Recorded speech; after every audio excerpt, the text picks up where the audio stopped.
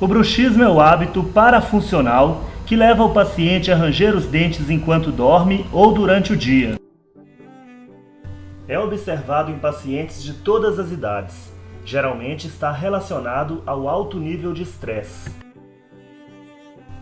Quando ocorre em forma de apertamento dos dentes, é chamado de bruxismo cêntrico.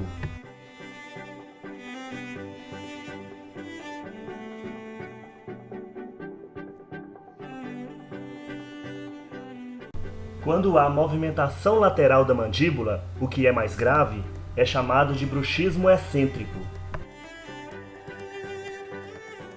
O bruxismo pode ter consequências desastrosas, como desgaste da estrutura dental e retração gengival. Também traz consequências ao sistema estomatognático, além da abfração. A abfração é uma lesão cervical de origem não cariosa. Ela é causada pela repetida pressão que o bruxismo causa sobre os dentes.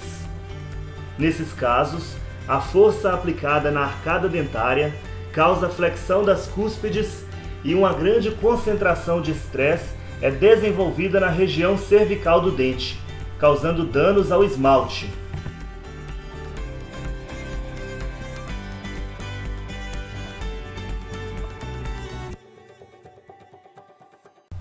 Nossos dentes são formados por polpa, seguida de dentina e na região mais superficial pelo esmalte. O esmalte é um tecido inorgânico acelular composto de 99% de cristais de fosfato de cálcio.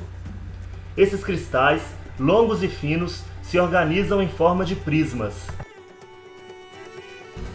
É justamente nesses prismas que estão dispostos na superfície dental que há maior impacto cervical. A força aplicada sobre eles gera fragmentação de sua estrutura, fazendo-a se romper.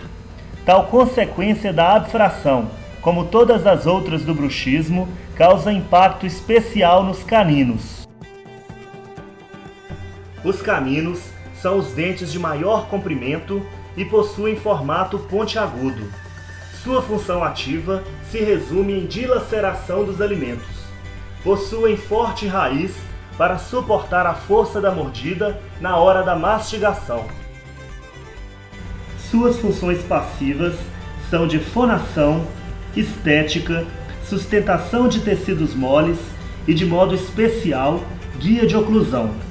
Por ter maior comprimento, os caninos funcionam como guia para o fechamento da boca, movimentação lateral da mandíbula e encaixe correto de todos os dentes.